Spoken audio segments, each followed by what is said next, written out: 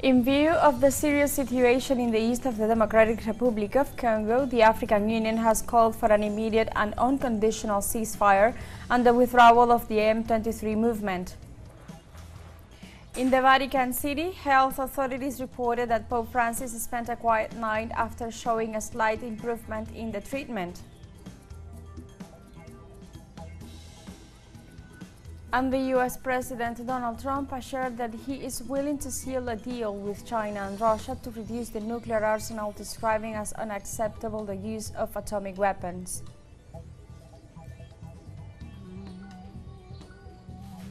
Hello and welcome to From the South. I'm Alejandra Garcia from teleSUR Studios in Caracas, Venezuela. We begin with the news. Stay with us.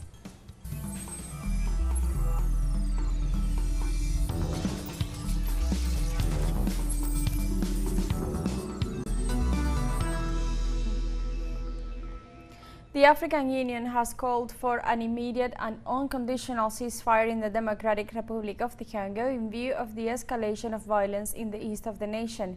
The body also called for the withdrawal of the M23 movement, the Allied Democratic Forces, the Democratic Forces for the Liberation of Rwanda, and other armed groups currently operating in the territory. In addition, the African Union reiterated its full support for the sovereignty and territorial integrity of the Democratic Republic of the Congo and warned that its deteriorating humanitarian situation requires collective regional action. Furthermore, the bloc stressed that there is no military solution to the conflict and called on the parties to return to diplomatic channels to ensure the safety of the civilian population.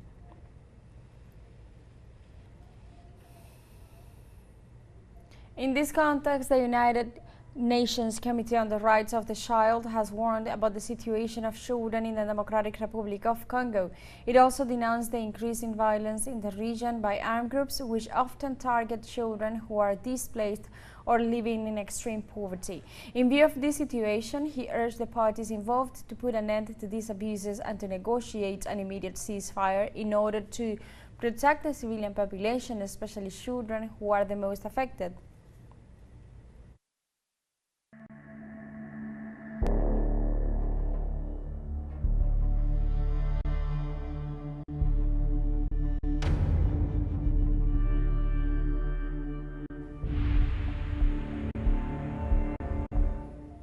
The Lebanese resistance, Hezbollah, and the Amal movement rejected the presence of Israeli forces in the south of the territory.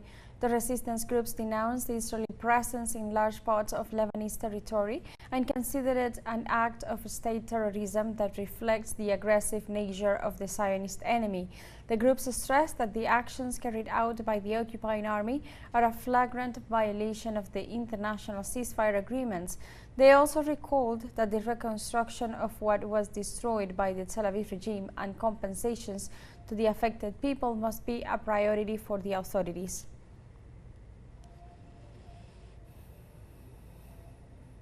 Israeli forces mounted Wednesday evening a raid, opening fire on several homes in the Farah refugee camp near Tubas in the occupied West Bank, claiming at least 3 Palestinians' lives.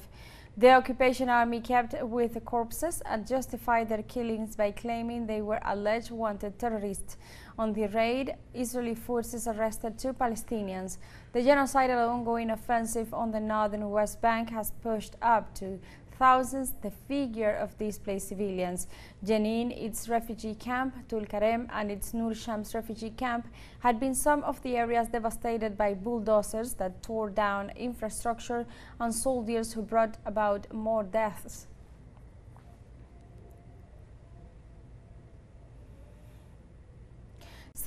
South Korean President Yoon Suk Yeol appeared in court this Thursday for the first preliminary hearing of his criminal trial on charges of insurrection following his declaration of martial law last December.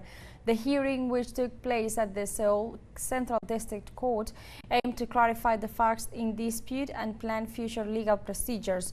Although South Korean law does not require the accused to attend a preliminary hearing, Yoon chose to do so. He has been detained since January 15th amid a criminal investigation into the alleged crime of insurrection for briefly declaring martial law in early December. The penalty for insurrection in South Korea is life imprisonment, or capital punishment, for which there has been a moratorium since 1997.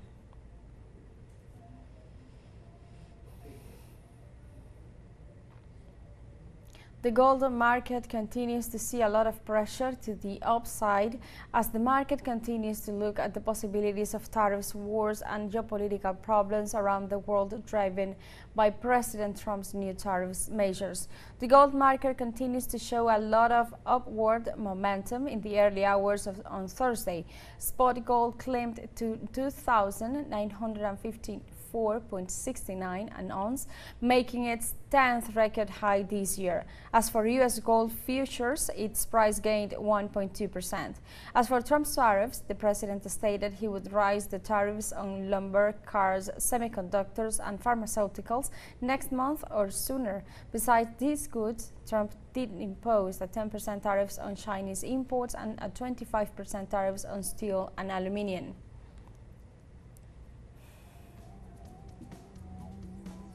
And now we have a short break coming up, but first remember you can join us on TikTok at teleSUR English, where you'll find news in different formats, news updates and more. We'll be right back, stay with us.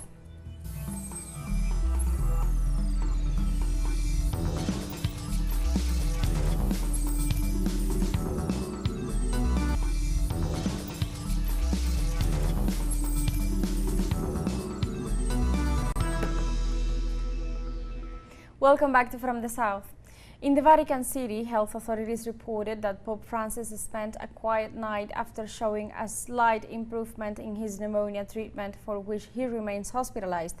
According to sources at the Holy See, the Supreme Pontiff continues his treatment and work activities authorized by the treating physicians from his stay at the Agostino Gemelli Hospital. He is signing documents instructing his close aides via telephone while the pneumonia responds to the treatment. His health situation has sparked the solidarity of international community and kept the Catholic parishioners on their toes.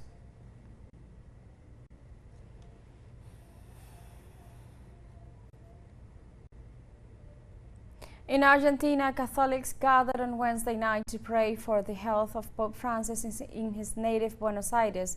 From the neighborhood of Flores, where Jorge Bergoglio grew up, the parish priest Martin Bourdieu responded to the call of the Argentine Catholic Church to pray for the Pope's recovery, who at 88 years old is hospitalized in Rome due to pneumonia in both lungs. The faithfuls, who share a special bond with the first Latin American head of the Catholic Church, listened quietly to the Mass and joined in prayer.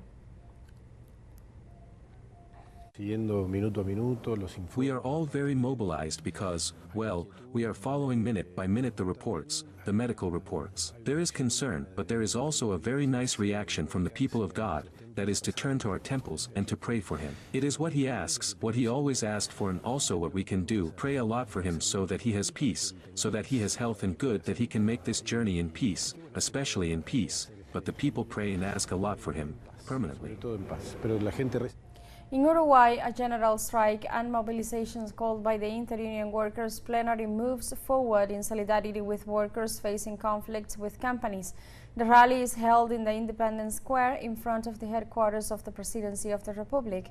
The Confederation of Industrial Unions represent the workers that are in conflict situations with companies such as Coleme, Calcar, Yasaki, among others.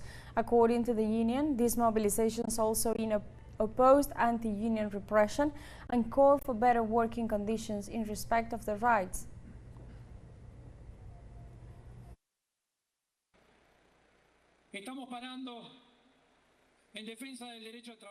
We are standing up in defense of the right to work. We are standing up in defense of our salary. We are standing up in defense of our conquered rights, and against a model of inequality, a national model of national development that has shown its exhaustion, comrades and colleagues. In Panama, the People United for Life Alliance is calling for a march this Thursday towards the National Assembly to reject Bill 163 on the Social Security Fund. The protest was called after the release of 83 members of the Single National Union of Workers in the construction and allied industries who were arrested following confrontations with riot police. In this sense, the organization expressed that this new regulation aims to steal the resources of the Social Security Fund and hand them over to the banks and private pension fund management companies. Meanwhile, the Parliament is continuing a second debate to approve other regulations and aspects of the management of the state body in charge of pensioners.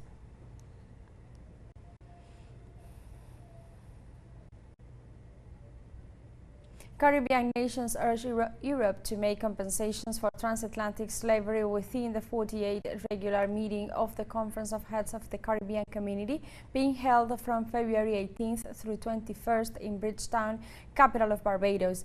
The Prime Minister of Grenada, Deacon Mitchell, tackled so, demanding an open and explicit rejection of the belief that one human being can own another human being. He also stressed the President of the European Commission, Ursula von der Leyen, granting her that Caribbean nations will discuss such issues with the European Union directly. Mitchell further noted that adequate compensation for years of slavery will have to be paid.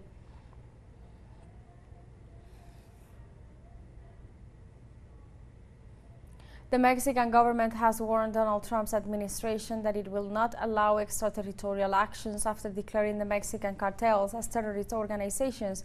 President Claudia Sheinbaum reiterated that the designation was a decision taken by the United States without prior consultation with her government. In this sense, Sheinbaum stressed that her administration is committed to building peace and strengthening a security policy. For this, she reiterated that Mexico is interested in fighting the cartels to minimize the impact of the violence caused by the trafficking of weapons and substances that they carry out in the United States, but stressed that this has to be achieved without negotiating Mexico's sovereignty.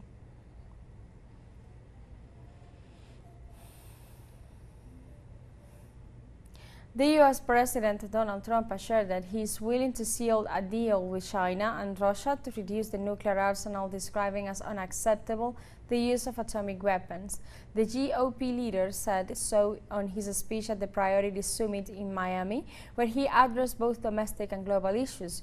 Trump ensured that he has held phone conversations with his counterparts of Russia and China, Vladimir Putin and Xi Jinping, respectively. The U.S. head of state advanced that they have a common vision about the risk of nuclear armament. In all, he warned that if a nuclear conflict were to break out in these times, it would be 500 times worse than Hiroshima and Nagasaki.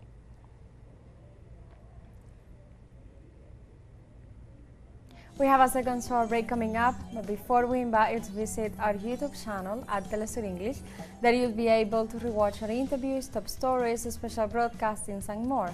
Hit the subscribe button and activate the notification bell to stay up to date on the world's most recent events. Final short break, don't go away.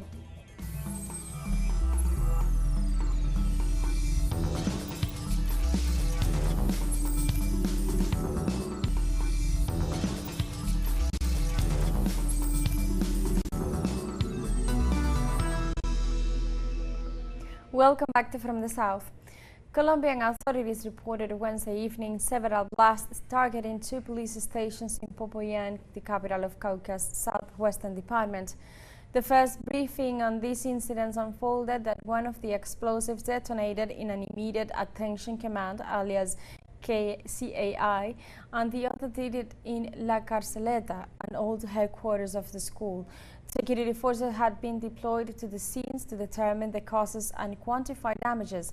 Earlier, authorities informed there weren't any casualties from the blast. However, investigations are underway to find the offenders.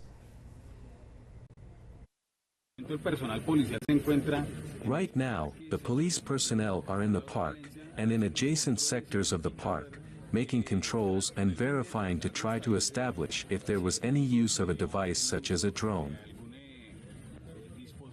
It is still to be ruled out that it could have happened. At this moment, we further have explosives personnel inquiring into the area to determine if we have any additional elements. In Colombia, more cases and indictments of former military personnel involved in false positives or extrajudicial executions are known. Now in the Department of Antioquia, Hernan Tovar expands on the details. 4 generales más 35 oficiales y ex. 4 generals and more than 35 officers and ex-sub-officers were charged by the Special Jurisdiction for Peace for their alleged responsibility in war crimes and crimes against humanity, committed in the Department of Antioquia between 2004 and 2007, and when they belonged to the Army's 4th Brigade. According to the order read by the magistrates of the Reconnaissance Chamber, there was a systematic practice of body counts and killings over captures as a general rule, where pressure was exerted on the troops by senior commanders.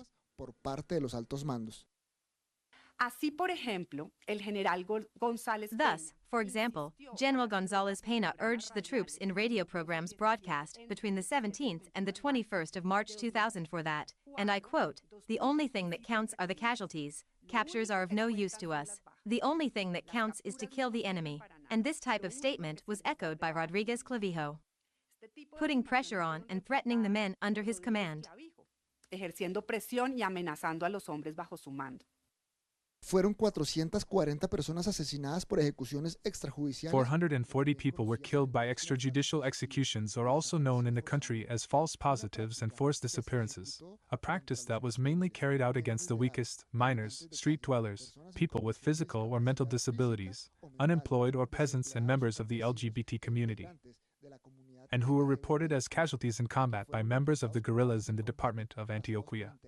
For human rights organizations, it was a state policy promoted by the president of the country in that moment.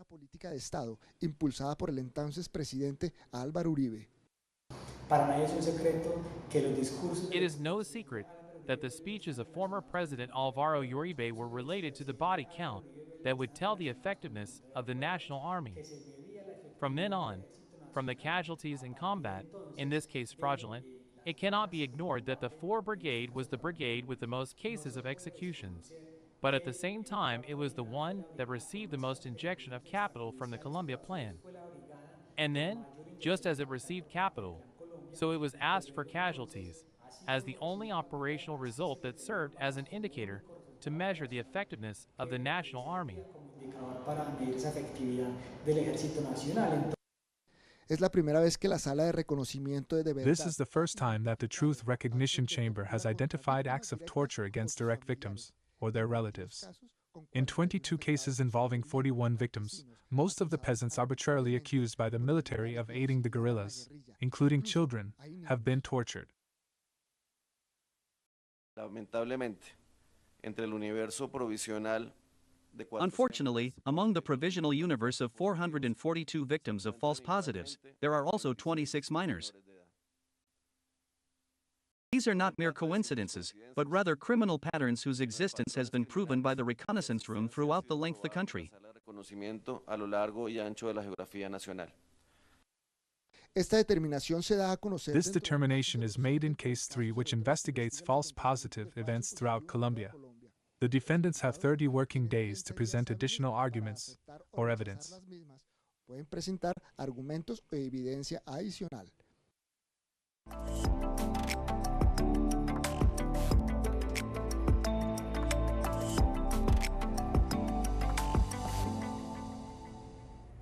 And Mali's highly acclaimed director Souleymane Cissé, who is considered one of the pillars of African cinema, has died at the age of 84. His daughter announced that Cissé died on Wednesday, leaving a revolutionary legacy on cinema, spanning half a century that was marked by a commitment to African storytelling, deep humanism, and profound political engagement. Cissé won the jury's prize at the 1987 Cannes Film Festival for the movie Jeline Brightness, which draws on legends from West Africa's Bambara people.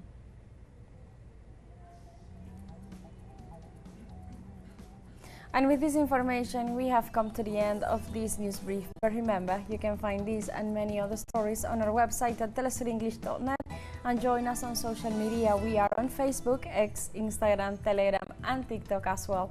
For TeleSUR English, I'm Alejandra Garcia. Thank you for watching.